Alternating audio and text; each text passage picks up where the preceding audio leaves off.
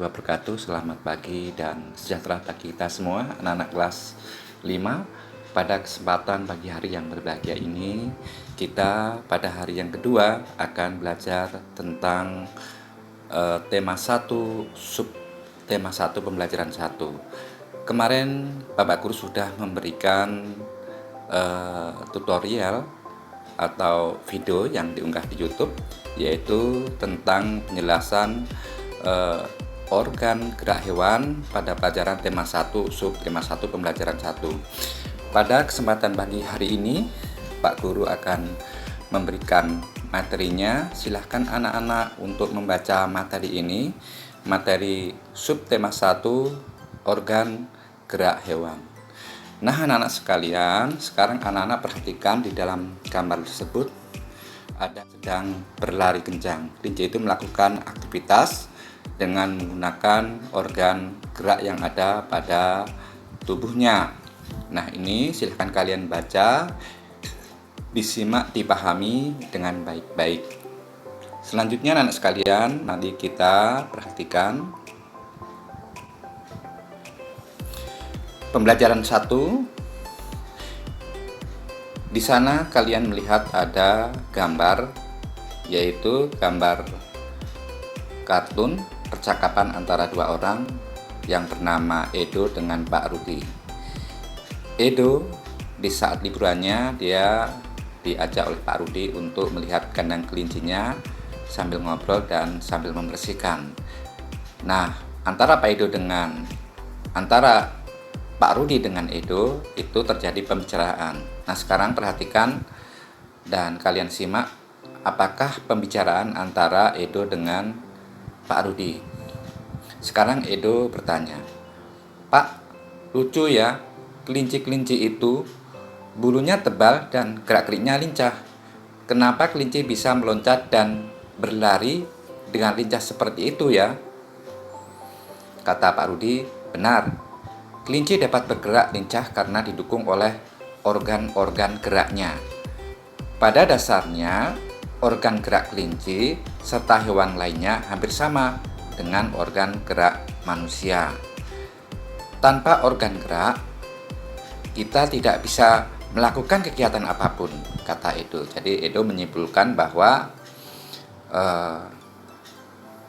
suatu hewan itu tidak bisa bergerak ya apabila tidak memiliki organ gerak dan tidak bisa melakukan kegiatan apapun. Jadi anak-anak sekalian, kesimpulannya adalah bahwa hewan itu beraktivitas, melakukan kegiatan karena memiliki organ gerak. Nah, selanjutnya mari kita perhatikan materi organ gerak manusia dan hewan. Silahkan anak sekalian materi ini dibaca dan dipahami.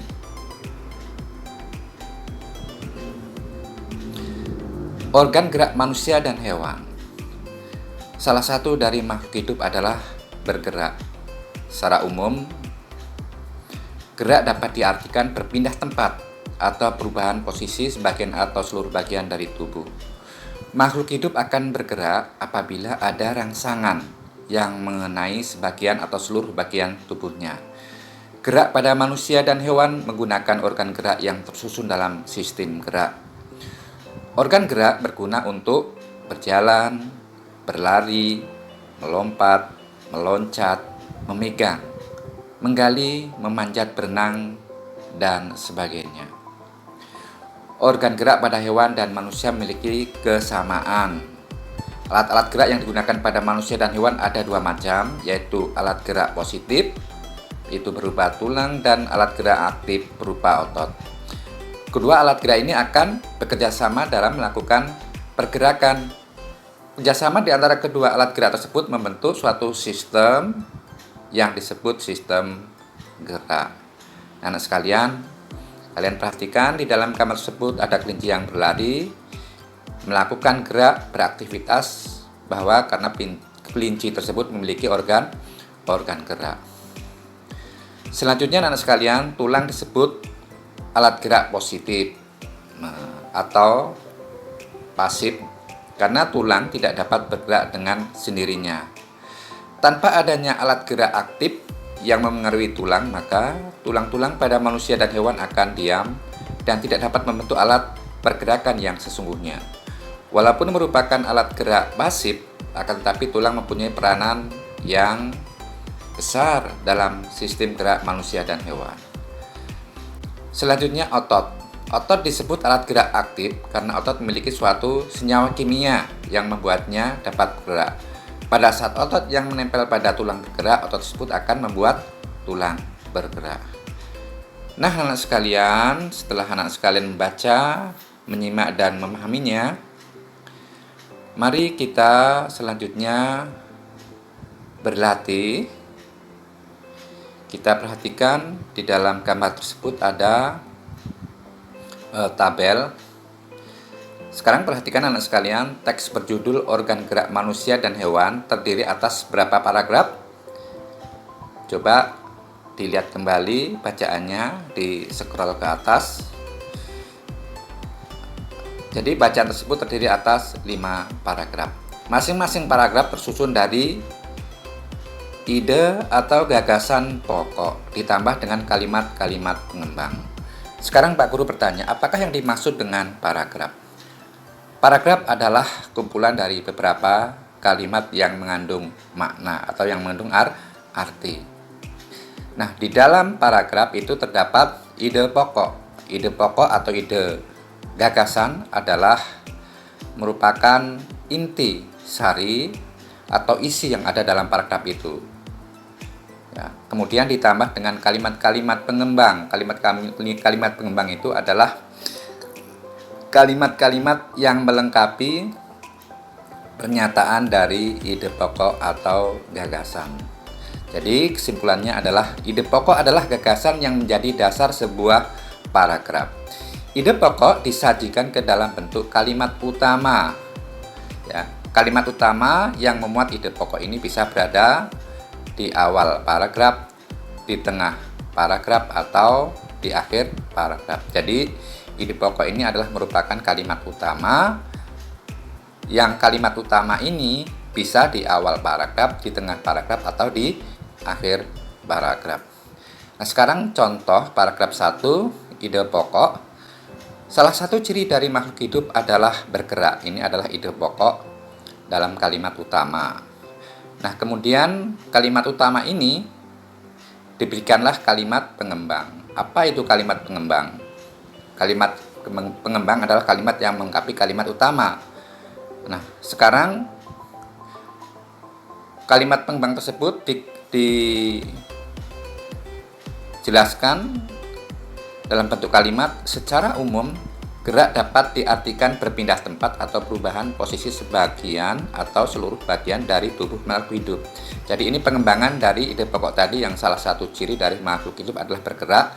Kemudian ditambah dengan kalimat pengembang menjadi kalimat secara umum gerak dapat diartikan berpindah tempat atau perubahan posisi sebagian atau seluruh bagian dari tubuh makhluk hidup. Nah, anak sekalian, itulah tentang penjelasan apa yang dimaksud dengan paragraf, kemudian ide pokok atau ide gagasan, dan kalimat pengembang.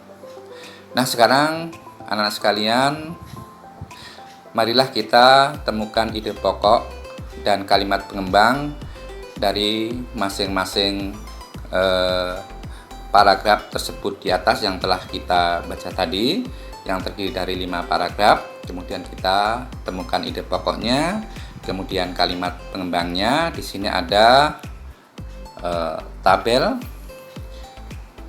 yang berisi tabel untuk ide pokok, ya. Kemudian ada tabel untuk kalimat pengembang.